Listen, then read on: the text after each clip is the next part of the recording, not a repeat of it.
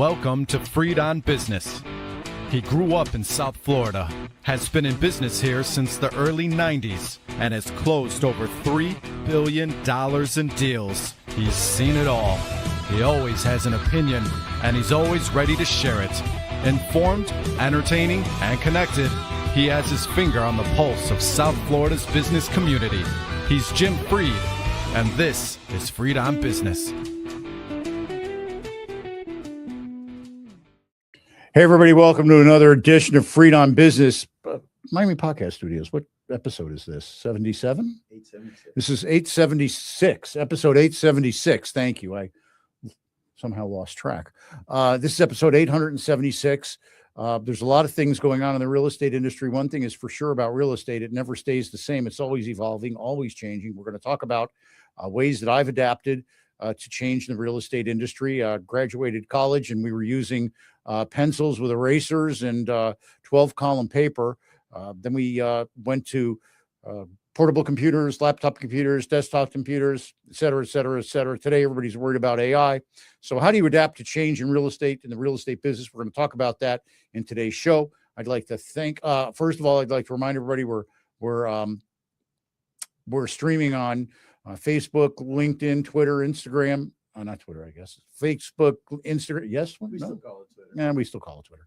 All the different platforms. And you can find us on Spotify, Apple Podcasts, and of course, YouTube is the preferred way of many people to find us and follow us. We've got all kinds of followers, all kinds of people that listen, all kinds of people that call me and talk to me about the things that we've discussed on the show.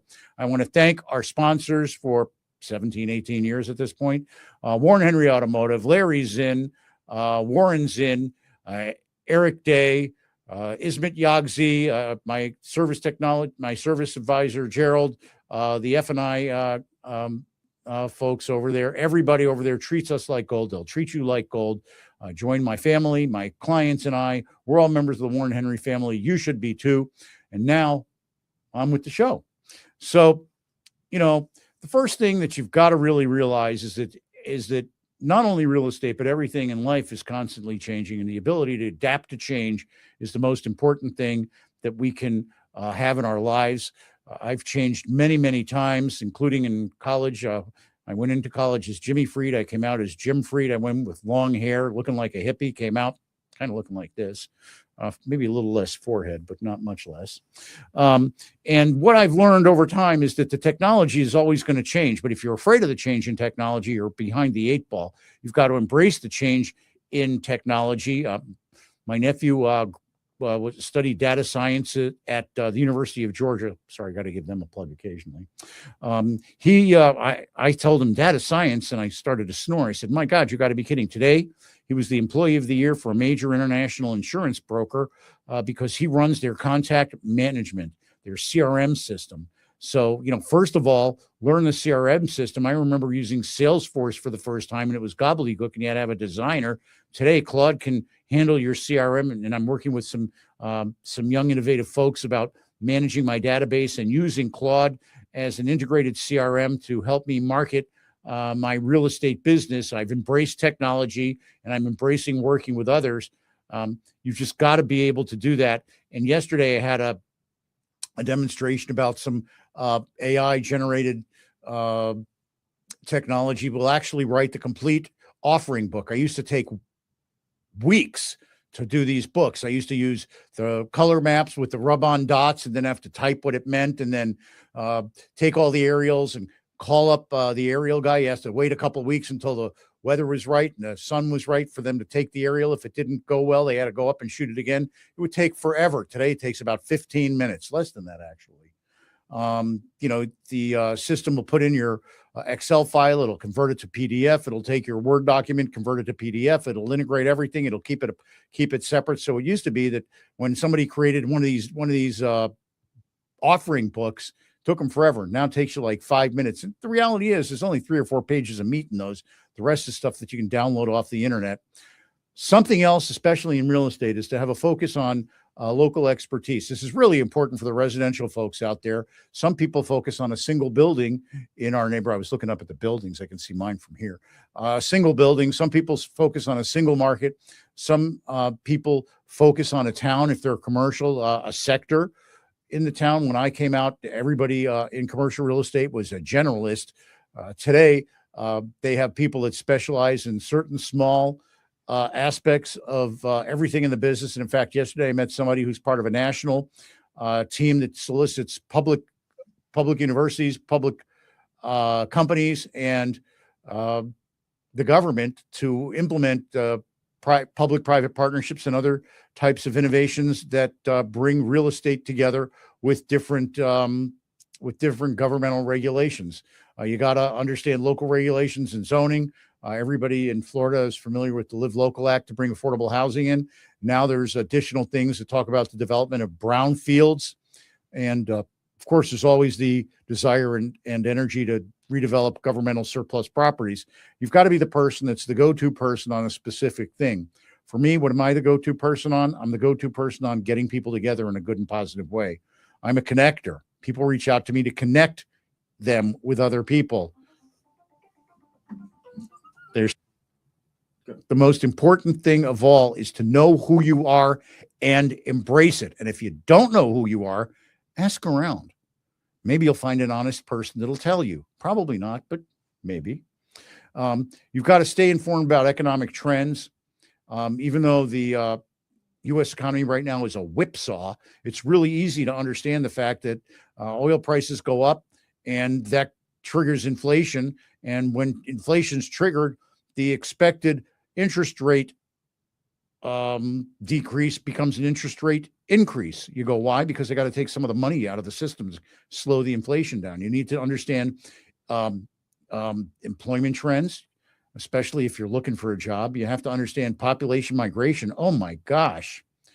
Here in Miami, we've gone from everybody has a Florida tag to, just in the past week, I saw California, Arizona, Utah, Wyoming, Iowa, Minnesota twice. These are tags I never saw before, ever. Used to just see New York, maybe occasionally Pennsylvania. I've seen Georgia repeatedly, and I'm sure you have too. They're usually the people in front of you that are going real slow that don't know where they are. You have to diversify your skill set. I got my start doing real estate market analysis. I'm so old that one of the big projects that I did the feasibility study for, Pleasure Island, they tore that down. But I learned while I was doing that how to talk to people, because I had to do intercept interviews in places like Church Street Station and on Disney property and just in the hotel lobbies of US 192. You go try to do that. So not only do you need those skills, but my first job, my intern with Kelly Bergstrom from the Bergstrom Center of Real Estate Studies, he was running a company called JMB Property Management. My first real world assignment was doing a tenant satisfaction survey. We created the survey, mailed it, put a stamp and an envelope in with what we sent them, and they mailed back. If we were lucky, we got 10% of the people to mail back their comments. Today, you can do that on a website portal in about 30 seconds. All kinds of innovations are going on right now. People drive around South Florida and they see all these cranes going up and they go, my God, look at all those cranes going up. Yes, but they're not really going up for mainstream types of projects. A lot of them are either luxury or super luxury condominiums, or what, these short-term rental projects, which are really unbranded condo hotels. That's how people have gotten a lot of these transactions done. If you come down to South Florida, you'll see a lot of these going on. The picture behind me is being filled in every day with new projects. I have been watching one project go up right across the street from me. Didn't know what it was, never heard about it. Got in the car, drove past it. What was it? 250, 300 unit apartment building. Got financed before interest rates started going up. And you also need to understand other product types. I've worked on senior housing. I do new construction. I do construction financing. I do land sales. I do equity raises for construction financing. I work with high net worth investors to do real estate investing and family office investing. In fact, next week, we're going to have one of our good contacts in the family office space, Tom Handler on. We'll be talking to Tom about different aspects of family office investing and protecting your assets and what he thinks are some of the new and coming formats for real estate investing for families. And of course, the latest one that you saw that was new that nobody realized would really take off is build to rent developments. I've got a number of clients that are making real hay with that.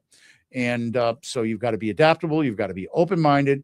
When new companies come on the scene, you've got to embrace them. When they bring new technologies, you have to embrace it. When I get emails about these different technologies, I always call and want to get the information because I want to know what's coming. And a lot of times they'll allow me to beta the technology, which really helps me. And in fact, when we're done with the show today, we'll be going back to my office and going through a database that Claude has helped me to segment and allocate people and identify the most recent things that they've worked on. Then I'm going to create a CRM, and we're going to go address them and solicit business from them. And I'm going to do that with young people who really want to help me monetize my database and my contacts while I continue to work on the evolutionary things that I see. Now, another thing that's really important, and I must say I'm pretty good at this, is to build a strong personal brand. Most people don't even know what their brand is. They think it's their name. They think it's the company they work for. No. My personal brand is that I feel great whenever I help people achieve their dreams and goals. In other words, I create a positive environment to help people get to the finish line on their transactions. I'm accretive, not only intellectually, that's easy today. Everybody's pretty smart. Everybody's got these tools that make them look smart. The real skill is being able to problem solve, think critically, and say hello. It's simply saying hello. You know, a lot of times young people go to me, I can't get so-and-so on the phone. I don't know where to start. One of my mentors, Harvey Weidenfeld, moved down here in the 70s. All he had was shoe leather. He went up and down every major building, knocked on doors, and got clients. He knocked on doors. So I tell people to go knock on doors if they want to get anything done. Last week, I knocked on the door for somebody who gave me their email, who I wanted to meet, who hasn't responded to the email. So I just went to their office. I asked to meet. And guess what? I'm getting the meeting. So you have to have a consistent social media presence. Read on Business, 870 something episodes. You have to have educational content. I think this is pretty good. And wait till we talk to Handler. That stuff is going to be great. Client testimonials. Got those on LinkedIn. Email newsletters. I consider the e-blast for the podcast a newsletter, but I put out specific newsletters with my comments occasionally. But the reality is I do that on the podcast like today. And community involvement. I got very involved in our community. Thank you to Miami Podcast Studios. I got involved in the local community in many ways. My first involvement was as a leader in the Jewish community, and I've since expanded that to the general community. And I get involved in all kinds of different community issues on both the local, regional, and national level through a number of the people that I know who have special access in that space. This is real important, especially in real estate and how to deal with change. Real estate markets are cyclical, and you always have to have cash in the bank. I have a special term that's a little colorful. So let's just say it's money that you can have in the bank so that if you have to say pound sand, you can tell somebody to pound sand and walk and still have money in the bank. One of the groups that I'm working with is a developer. They've got a great project. They've spent every dime they have on it. And they go to me, Jim, we need to get a bridge loan so that we can pay our rent. I go, what do you have an office for? There's only two of them, They go, we haven't paid our service providers. I go, they see it's coming. Don't worry about it. We got to pay our car. Okay, well, that's a real situation. You need to talk to somebody and make sure that you have the ability to do that, because in 3 weeks, you're going to get funded everything you need. They know that. So they're out there right now raising a couple of bucks from friends and family, which is the way you have to do that. Friends and family money, by the way, is the most expensive because you always have to talk about it at Christmas and Thanksgiving and the holidays. You don't really want to do that. So come up with people that you can rely on that can help you bridge you through the hard times. I've been blessed with a lot of people that have helped me through the hard times when they come. And believe me, the hard times will come again. You can't over rely on just one income source, which is why I started Freed on Business. As I said, we have the Warren Henry guys now for Warren Henry folks for the last 15, 20 years. It's a wonderful supplement to our income. We don't really sell sponsorships, but we've gotten a lot of play and a lot of leads and a lot of good contacts from the podcast. It's a great branding thing, and it's also a great supplementary income income situation, but you have to live below your means and be ready for when the slow transaction periods occur. There's, so what is the bottom line here? The bottom line, we'll be right back to talk to you about that bottom line after this short message from our friends at, you got it, Warren Henry.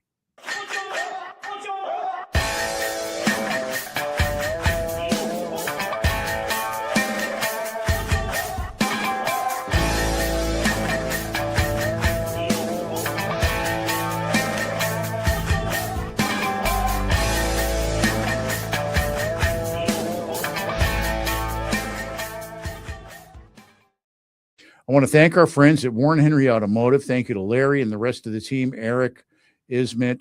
They've been great partners. We love them very much here at Freedom Business. They take care of my friends, my family. That's the special sauce at Warren Henry Automotive. So you're looking to buy or lease a car, get every advantage you can, go to Warren Henry. They've got their store down in the Keys that has all their nameplates. Their main store is up at 151st and Biscayne, and they've got great award-winning Land Rover Range Rover stores in South Dade and West Broward. Remember, always the best price, always the best service, always Warren Henry.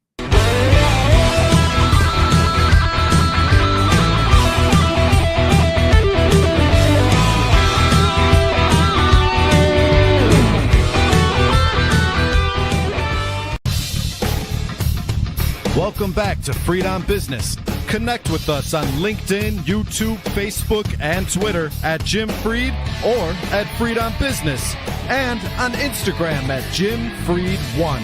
Now, back to your host, Jim Freed.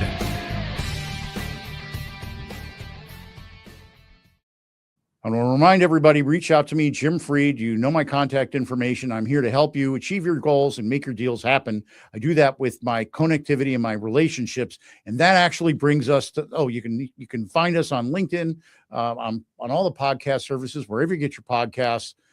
You can find us, look us up, hear us, give us your comments, let us know what you want to hear. And now for the bottom line. The bottom line on this one's really easy. I was talking to one of the biggest producers in the real estate business down here, a broker that I've known for 40 years, tremendous dude.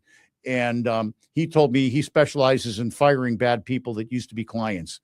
You got to prioritize the relationship over the transaction. You got to talk to people. You got to let them know who you are. You got to tell them the truth. You got to work the long-term client relationships, your referral networks, partner with all the lenders, attorneys, contractors, and inspectors to get cross referrals, ongoing communication after transaction closed. Let people know what you're doing. So the bottom line, transparency, creativity, and personal relationships. So I want to thank everybody. You'll find us on all the different podcasts services that you look for. And I want to remind you, and this, you better take it to the bank, especially in a period of change. The person wants to do something, finds a way. The other finds an excuse. Now go out there and make it happen. God bless you, and God bless the United States of America.